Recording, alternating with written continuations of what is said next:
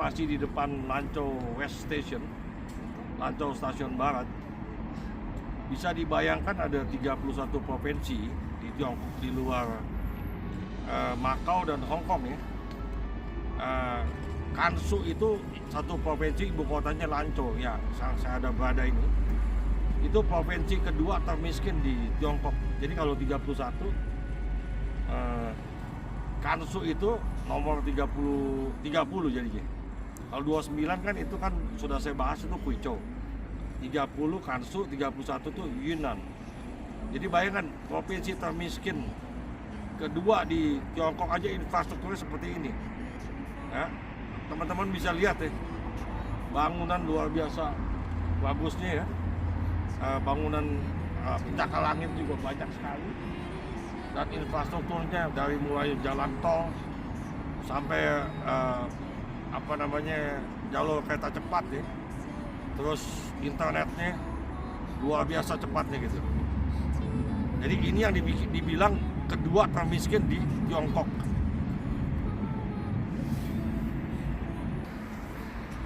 Ini.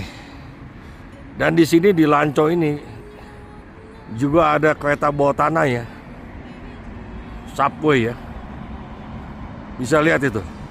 Itu di depan masih dibangun ya. Infrastrukturnya seperti ini gitu. Dan ini stasiun kereta api segede ini tuh. Lapangan depannya besar sekali gitu. Desain tangganya, terus jalur pejalan orang kaki di bawah jalan lorongnya modern sekali ya. Bayangkan ini kedua termiskin di Tiongkok ya. Seperti ini ya. Terus bus umumnya juga bagus-bagus itu.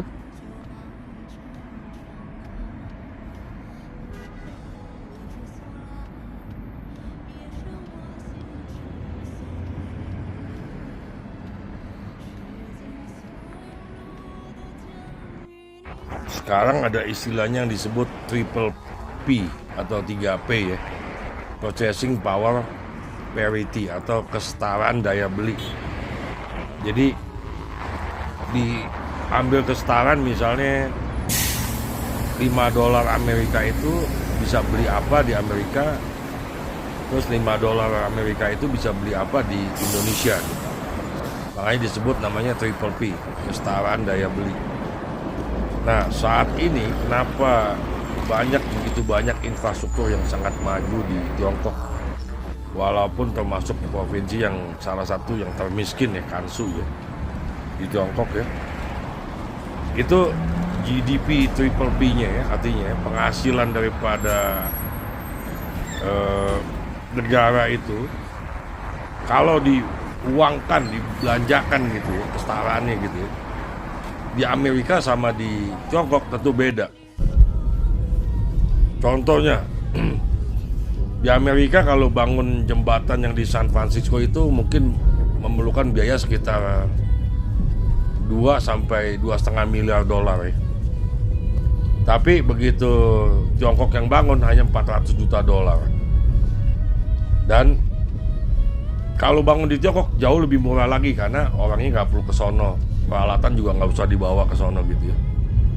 Jadi nggak heran penghasilan daripada gross GDP itu, penghasilan kasar itu, kalau diuangkan, dibelanjakan itu bangun jalan raya, bangun kereta cepat, jalan tol,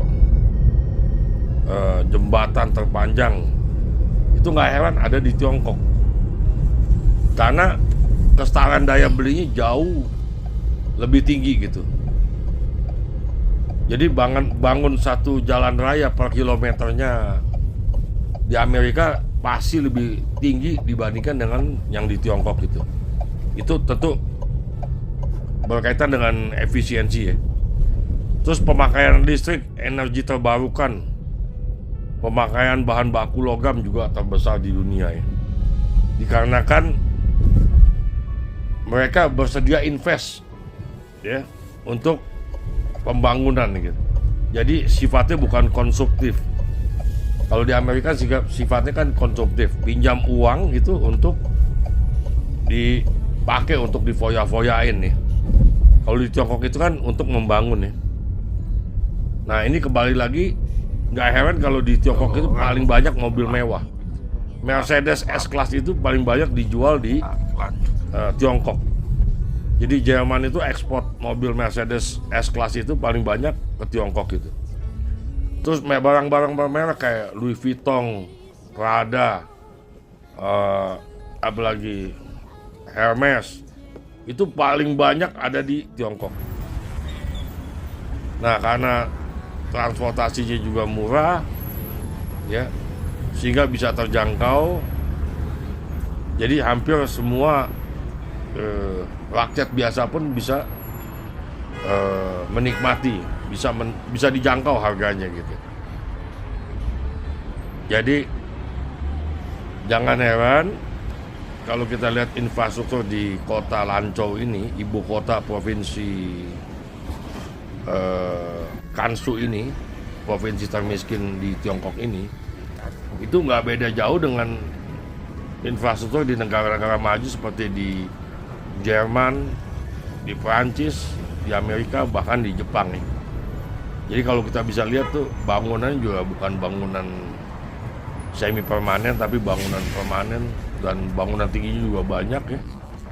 Jalannya juga lebar-lebar. Nah itulah penghasilan itu dikonversi untuk pembelian belanja di mana harganya lebih kompetitif dan lebih murah gitu.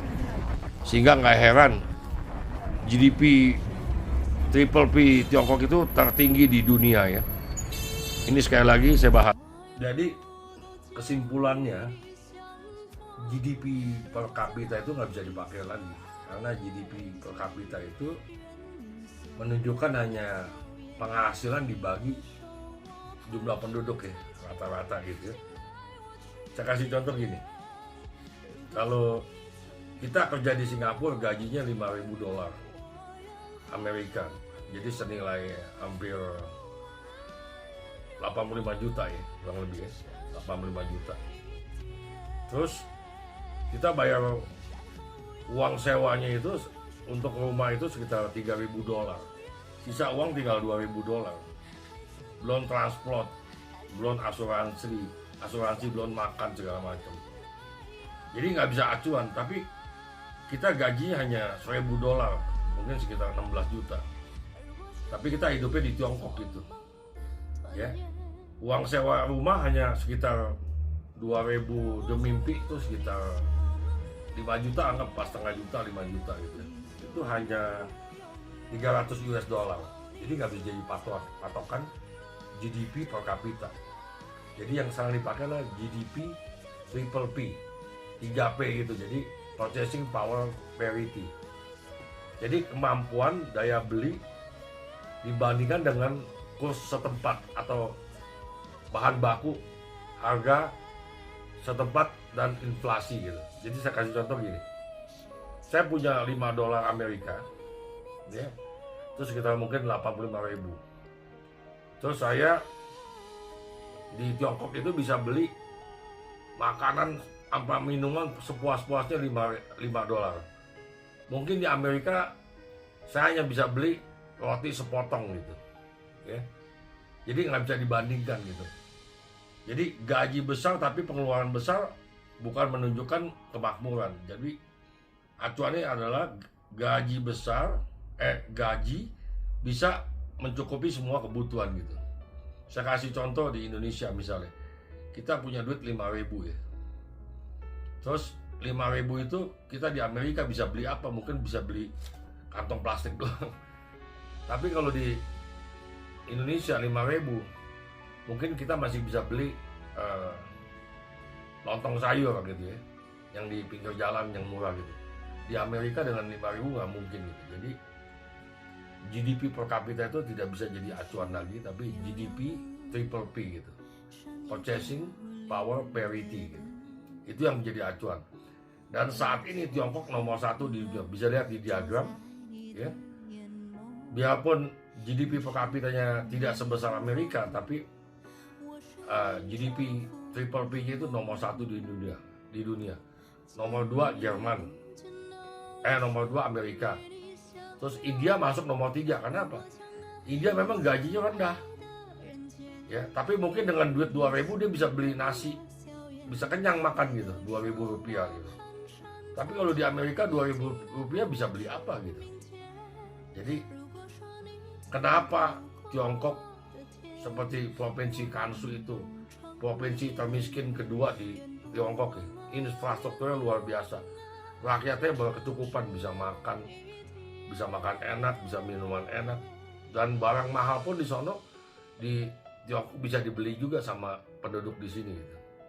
Itulah perbedaannya. Jadi infrastrukturnya bahkan di Tiongkok itu, di provinsi Gansu ya, tidak kalah dengan negara maju seperti Prancis, Jerman, ataupun Amerika, ataupun Jepang, nggak kalah gitu. Padahal ini termasuk provinsi kedua termiskin di Tiongkok. Jadi acuannya sekali lagi bukan GDP per kapita, tapi GDP triple P. Terima kasih.